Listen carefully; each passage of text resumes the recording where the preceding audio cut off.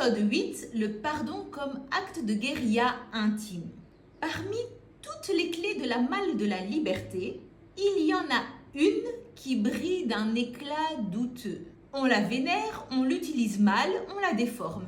Je parle du pardon. Pas du pardon cache-misère qu'on te hurle. Pardonne et tais-toi. Salut toi, bienvenue sur Just Noah.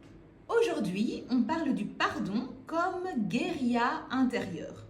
Du pardon qu'on fait pour soi, pas pour l'autre. Du pardon qui libère, pas qui absout. Ce que le pardon n'est pas. Le pardon n'est pas réconciliation. Tu peux pardonner sans jamais vouloir revoir la personne.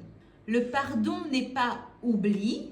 La mémoire est un système d'alarme utile. La désactiver serait stupide. Le pardon, ce n'est pas dire que c'était OK. Non, ce n'était pas OK. Jamais. Le pardon, c'est plutôt un changement d'adresse. Tu descends la personne qui t'a blessé du penthouse de tes pensées et tu la reloges dans une cabane à la périphérie de ton esprit. Tu lui retires son pouvoir émotionnel. Pourquoi pardonner est une chimie, pas une morale. Porter la rancœur, c'est un job à plein temps pour ton système nerveux. C'est vivre en état d'alerte permanent, rejouer la scène et nourrir le ressentiment. Le cortisol monte et le corps s'empoisonne. Le pardon authentique envoie au corps un signal clair. Arrêter la production de poison, le danger est passé. Biochimiquement, tu changes de carburant.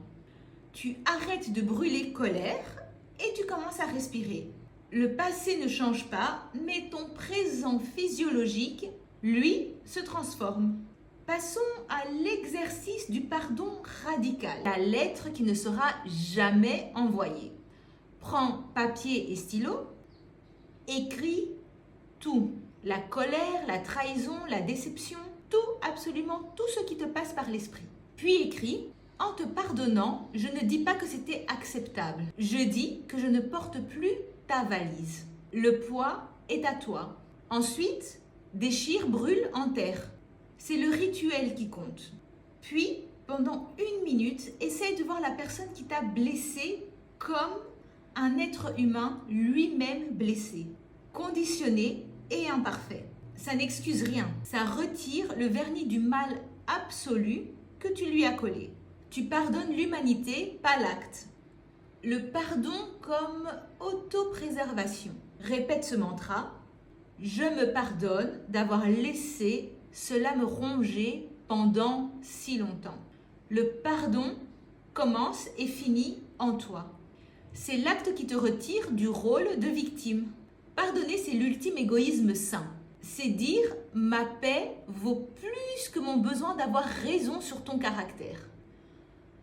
C'est transformer le venin qu'on t'a donné en carburant pour t'éloigner. Au prochain épisode, on passe à la reconstruction. Après avoir démonté la prison et neutralisé le poison, on bâtit. On travaille l'estime de soi, pas la fragile, mais l'inébranlable. Pour aujourd'hui, fais cette déclaration intérieure à propos de quelqu'un qui te pèse encore.